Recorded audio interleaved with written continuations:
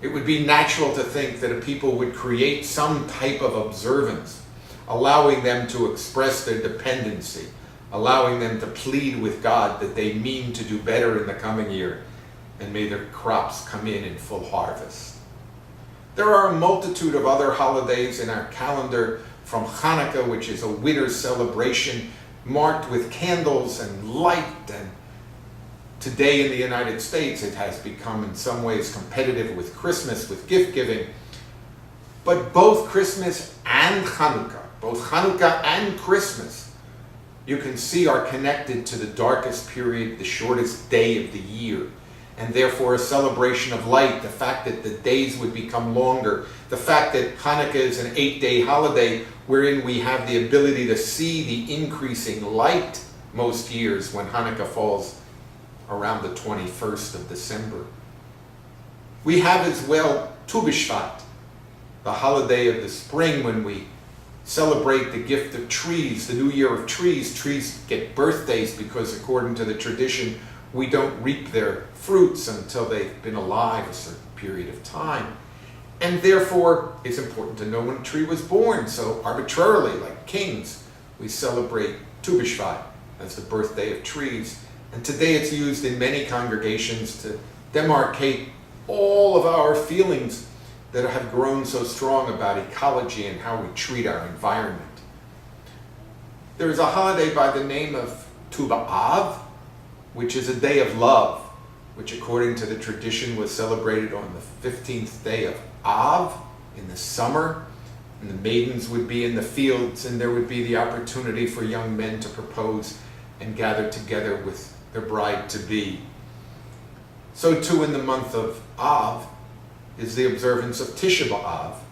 which is the collective day of mourning for the destruction of the first and second temple, supposedly the exile from Egypt and Spain, have also been placed as part of this observance. It is a time of mourning, of sackcloth, of fasting. Most Jews outside of the traditional community barely know of the existence of Tisha B'Av, but they probably would be able to say that it doesn't gain much traction because it comes in the middle of the summer, which is not a time for heavy meditation. Our calendar year, our life cycle year, life cycles from birth with the bris, with today's ceremonies being created for young women so they too on the 8th day might be named, as is the boy at the bris where the circumcision is performed. Observances that need to be created, and some are creating for the beginning of puberty onset with the young woman and menses. How do you observe this for a woman? This is still to be decided. The age of 12 for a girl or the age of 13 for a boy is seen in many congregations and for many families as the time when we observe their coming into young manhood, and today also the coming of a woman into young womanhood. They're called to the Torah if it's a synagogue observance, and there, according to tradition, they would accept the tradition. They would accept the mitzvot, the legal system of the Jewish people. For many Jews today, this is a very ambiguous ceremony because the young person has probably not studied enough and is not mature enough yet to make such a commitment, and yet it is so ingrained in the basic fabric of Jewish life that families demand it whether they are synagogue affiliated or not. And so we now find Jews going to Israel to celebrate bar and bat mitzvah celebrations all over the country to welcome their children in what has become a private ceremony rather than a ceremony welcoming the child into Jewish life in a particular community.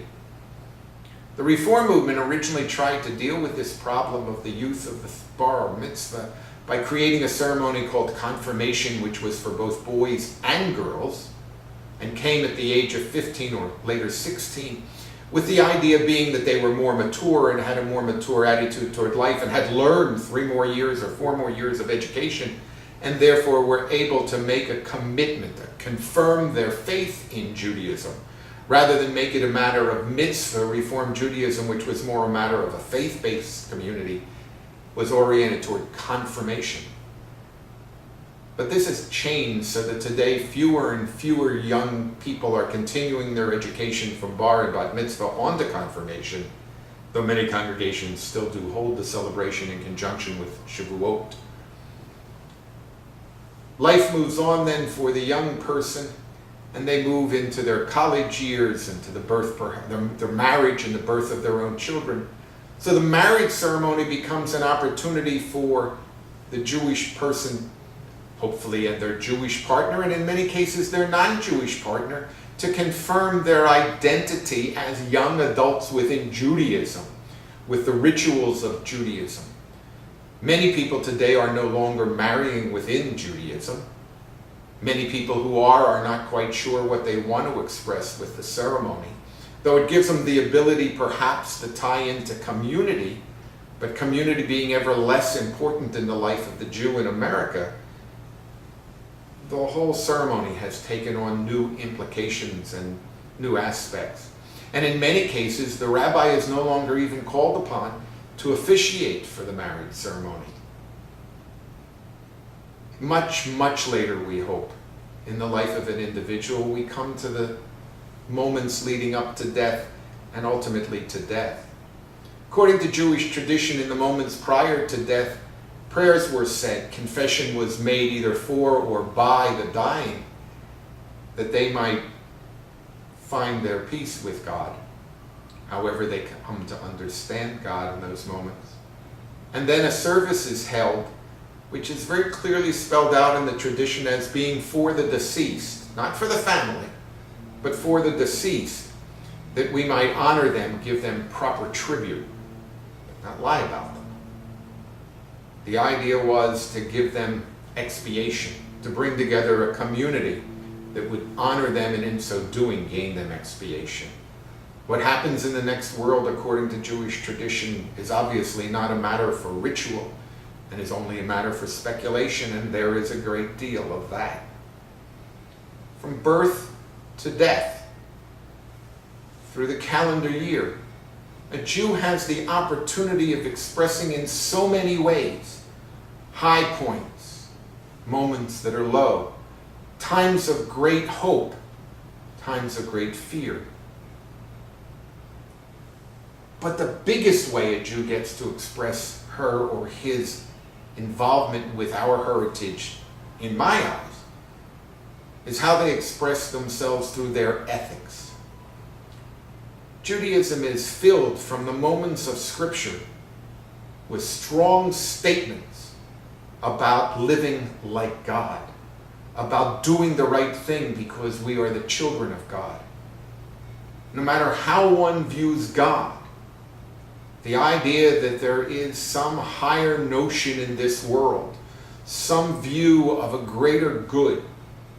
by which we should guide our lives,